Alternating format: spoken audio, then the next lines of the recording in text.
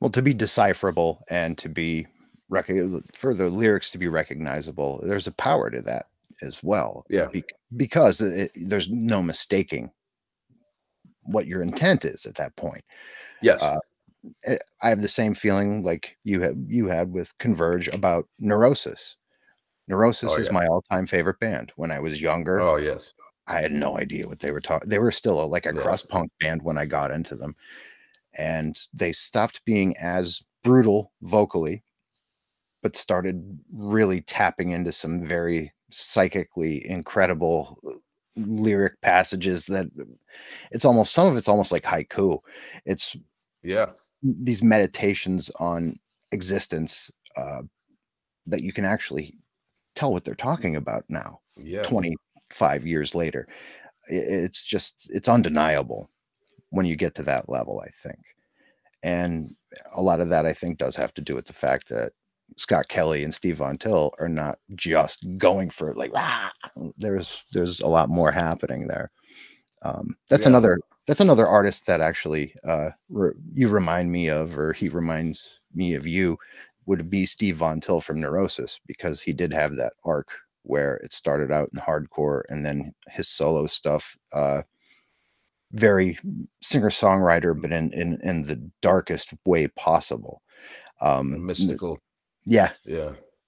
yeah, I I think love Neurosis too. I mean, that's another one of my favorite bands. So we're in the same boat there. But yeah, I mean, because Times of Grace is one of my all-time favorite records. I love Through Silver and Blood too. But when A Sun Never Sets came out, it was like, whoa. And I mean, that was the moment where I felt like things shifted in a way, because they released that yeah, DVD that had videos of every single song. I don't know if you caught that ever. It's yeah, very bizarre stuff, but with the crows it was flying and everything, yeah, yeah, yeah, it was like, and they were ahead of the game in that aspect, because now Spotify does that. You know what I mean? They have mhm, those little mini videos for each song or whatever. Yeah, I just love bands that continue to grow and progress, but are just consistently keeping a root in to their sound from before. And I suppose that's what we wanted to do with Shady Side, is keep that root, but at the same time say, hey, we're Shady Side 2.0, slightly reinventing things and making it a little more um, us now, I suppose. You yeah, know, not necessarily accessible, but I think by default it becomes accessible because of who we are now and our connection to reality and our responsibilities. You know, yeah, if we're gonna do this, let's do it, as opposed to just like ah! you yeah. know. And how does that tie into, like, acting for you? Because, like, music, I understand it fully.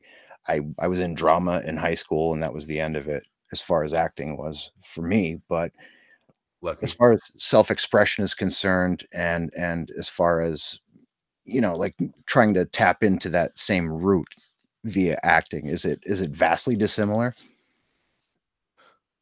Man, it's hard to explain because each role in each project is just a completely different thing. I mean, even sometimes my approach to a role will be slightly different based on what the project is. I mean, the last role I did, well, not the last one, but the last like main role I did was Project Blue Book, where I played Mhm. Captain Michael Quinn, Yep. and that was a project where obviously I have this wealth of information because it's based on historical, well, sci-fact, I suppose. Yeah. But you also have a real life dude, and you have a wealth of resources to go to. And so I did more research on that show than I think I've ever done for a project ever. Um, so I went from the outside in, as opposed to figuring out who this character is first, which is what I often do, is go Mhm. from the inner workings of this character. But this one, I wanted to build the entire world in my head, including the time period, including what it's like to be an Air Force man and the physicality of that, before I even touched the inner workings of who this person was, which was a really cool way to do it. And so by the time I did get in there, I already knew. I knew why he was saying what he was saying. I didn't barely have to learn my lines because it just like come out. So the process is different each time, and But I suppose to go back to your question, it's kind of a metaphysical thing, really. You know, when the job's over, you don't know where you end and the character begins, because you've both affected each other so much, you know. And I suppose I've carried lessons I've learned through every single role I've played. So it's a kind of ever expanding growth process. Well, especially when Yeah, you I don't take really know how to answer the question. It's tough because it's so such a ephemeral kind of thing, is you it know. is it shamanistic in a way then, because you're inhabiting another spirit almost. Yeah.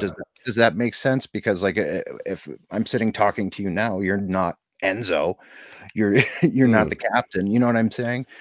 Uh, and although you look similar, you even like your persona completely shifts when you take on these roles. You know what I'm saying? So to me, yeah. I guess what I had envisioned, although I've tried acting, it's obviously not for me, because I suck. That there's something that seems shamanistic, and that's the best way I could put it, because you are kind of slipping into someone else, almost like a possession. Yeah, and I suppose that's also what I love about it. You know, is the it's an extraordinary opportunity to experience empathy for the other, somebody with a completely different set of life circumstances, income, um, place, time, and you have a blessing to be able to do that, and hopefully get paid to do it too, which is great when you do. Um, but yeah, I feel like it is sort of like a shamanic journey into a deeper understanding of the human spirit, you know. And I think a lot of times, because of my work as an actor, I'm able easier to I find it easier to empathize with most people, even assholes, you know, because I understand that it comes from somewhere, you know, where I'm like, I know where that pain comes from because I've played it. And so it's not that I condone some of that behavior, but at least when you empathize with it, you can at least learn how to deal with assholes, you Mm. know, and get results, or to get them to soften, you know, soften the asshole. There's many ways to, no, let's not go there. But cut. Uh, Softening the asshole. That's what you can title this podcast. That's what it's going to be. Uh, Michael and Peter but softening. no, I feel like it is a blessing in a way to have been on this journey, especially for that aspect of the work. Because man, there's a lot of intolerance out there on both sides of the playing field, you know. And I feel like we're in a world where we don't give anyone a second chance. You know, you step out of line for a second and you're done, Yeah. and it's so wrong. It's so wrong. You know, I'm a big believer in restorative justice. You know, I feel like our prison system is out of control. We've gotten into this place where everyone is just like hell bent on criminalization of things, as opposed to um, re what's the word, rehabilitation, right? Yeah, well, there's nothing rehabilitative I about, think everybody uh, deserves a chance. And sorry, go ahead. I there's froze. there's legitimately nothing rehabilitative about the current justice system. I was Oh, put away when I was a teenager. Uh, did they try to rehabilitate me in any way, shape, or form? No, absolutely not. They stuck a violent kid in a place with other more violent kids, and had I not chosen the routes I had chosen in life, I could have very easily learned to become a true criminal under the yeah, tutelage of these true criminals I was surrounded by. I didn't take that route, but you could see how one can, and it would be a viable totally. option psychologically. Um, Other countries, there are like true programs for people who make mistakes. You know what I'm saying? Like there are like, take Sweden. You can't, if you're a junkie and you're not trying to get help, there's still harm reduction to the point where you're allowed to go and do what you need to do to get by, keep you off the street, keep the crime off of your back. Hmm. You're going to get that's a more open venue for rehabilitation. You know what I'm saying? This Yeah. country, mm, you one step off the path, left or right, and you are marked for life, and that horrifies me personally. But Yeah. Me I'm a too. big I'm a big bleeding heart type of guy. I don't know. Yeah. Yeah. Well, I mean, it's all kind of gotten to this point progressively and arguably intentionally, you know. I mean, to me, a lot of it stems back to militarizing the police after the war on drugs and turning an us against them thing. Whereas the community, there's no community support officers. It's the fucking mafia, Yeah, running around. Um, so yeah, I mean, I guess it's like it's hard to know how to kind of bring that back around when you see a river course it surging down a certain path carved into the land. It's like, mhm, how hard is it to reroute a river? yeah, It's nearly impossible without scores of people, and it's like we've all got to organize and create more community based politics. I mean, I'm a big fan of things like mutual aid and same. looking out for your neighbors. And I mean, I'm not any one thing, but I've been very inspired by, and this stems back to my punk rock roots, but anarchist writings and the proper stuff. Yeah, Kropotnik and all these people, and all the uh, AK press I stuff. yeah, exactly, yeah, and I still follow that stuff. Yeah, Because I think it's an incredible perspective that's insanely misunderstood and demonized, But at the end of the day, like when you really scratch the surface and look into it on a human level and a community level, you're like, wow, this is actually not about saying, fuck you. It's about saying, we're here to help, yeah. and we're here to create our own system. And That's how you get places like Legion of Doom out where you're from. Where yeah, one of my best friends lives there, Jimmy Turry. is it still It's going? still going. Yeah, yeah, Yes. still That's going great to strong. hear. These intentional communities, I mean, I could see how people can misconstrue it as being something other, but in all honesty, what they are modern hippie communes, Yeah. truly. And they're self-sustaining, and there's not a negative element to it. If we could think about that on a grander scale, think of neighborhoods in that respect, Hmm. and it would drive out a lot of the need for militarized police or Yeah. policing for that matter. We would police one another, and that in turn is the true meaning of political anarchy. And when Yes. people say anarchists, that they don't understand that anarchy is not, just throwing Molotov cocktails around and spiking your hair and stabbing people. That's antithetical to the ethos. Yes. It's And I think intention. that's also what keeps places like that going too is a respect for the ethos. Mhm. It's like, well, what we're trying to do here. And when people don't, there's a real need to educate them on it and say, we don't do that here. At least I've experienced that in those kind of circles. There's like a kind of a subterranean psychological pull that keeps it moving and keeps it afloat. I mean, I remember seeing Tragedy play there, which is one of my Yeah. favorite like bands of that ilk. When with a band called Robot Has Werewolf Hand, which was a Oh, pretty yeah. awesome like power violence band, very political. But I think that was the first show I ever went to there, and I was like, "What is this place?" And I found out more about it, went to more shows there. But I'm so happy to hear that's still going. That's awesome. My old band played with Godspeed You Black Emperor and a couple places like that. And Wow. that What is was the your old band? Distylysis, we were called. We were together for a Distillation. year. We never released music. We didn't want to. We didn't even write songs. We wrote passages and played for an hour.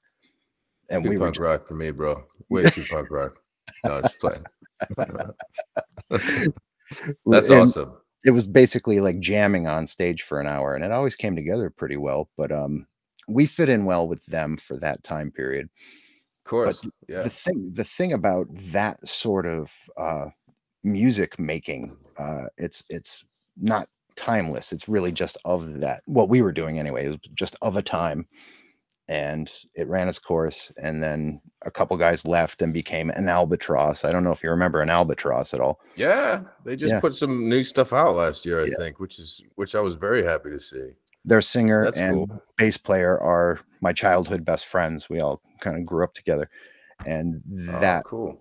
like, I could see why they would wanna go and do that because that is gonna last. That's gonna be remembered. But I think there's a place for all art, essentially, Yes.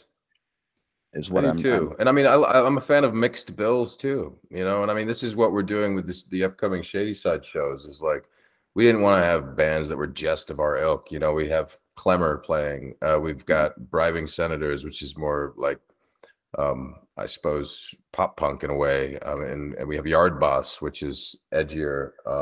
So it's kind of this mixed bag, and I like that. And that's what shows were to me back in the day. A lot of them, you know, all those VFW Hall, KFC shows where like you never knew what the next band was going to sound like. There was just always these random bands playing. Sometimes they were awesome. You were exposed to a different sound. And I love that. But yeah, I just think we have to maintain that sense of all are welcome, and supporting each other.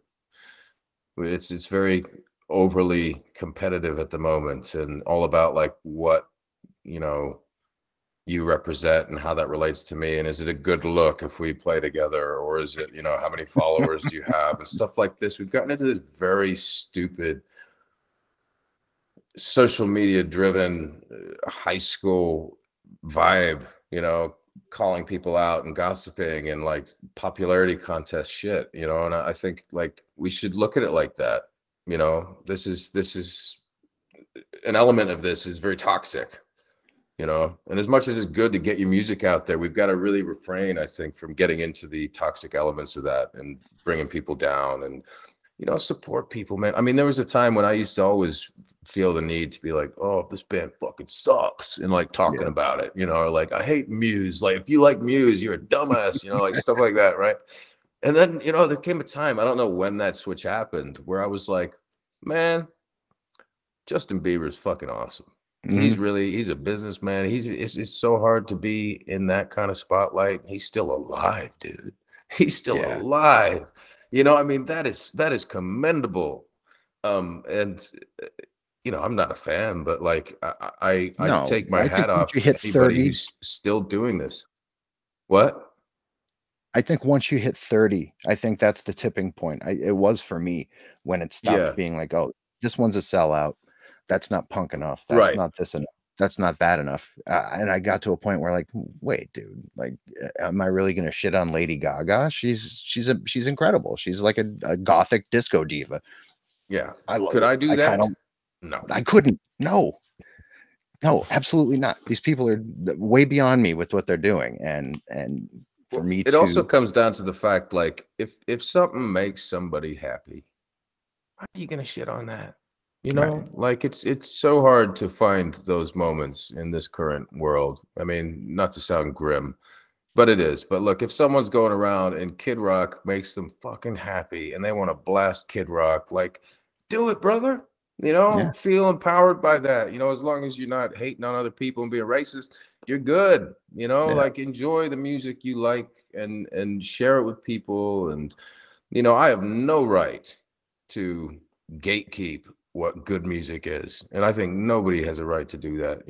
Like I'm very wary of music critics nowadays too, because I used to treat certain rags, I don't even remember the ones I used to read back in the day, but as gospel. yeah, And people do this with TV shows and movies and stuff too. And I think you just have to be very wary. You've got to do your own research. And this goes beyond music and whatnot as well. We're talking about politics too. You got to do your own research and formulate your own opinions. You've got a brain and a heart, and you have the right to make up your own mind about things. And you have to give other people that same right. You know, we're all on our own path. We're all on our own journey to enlightenment, to get back to the shaman metaphor. You know, Mhm. everybody's on their path, and some are stunted, some are suffering, and some are free.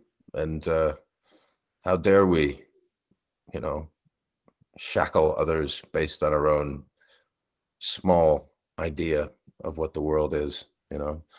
Such a massive, ever expanding space we live in, you know, and it's constantly multiplying and evolving. And like, if we are so stuck in our ways, we might as well be dead, you know? It's like, the more fixed in space a thing is, the more dead it seems to be. I think it's somebody like Alan Watts said that, you know, like a stone, right? Um, be more like the river, you know, gotta move, keep moving. It's hippie So talk. But hey, you no, said your parents were hippies, and I'm wearing yeah, some ghost beads, so here we that's go. beautiful. I'm in good company.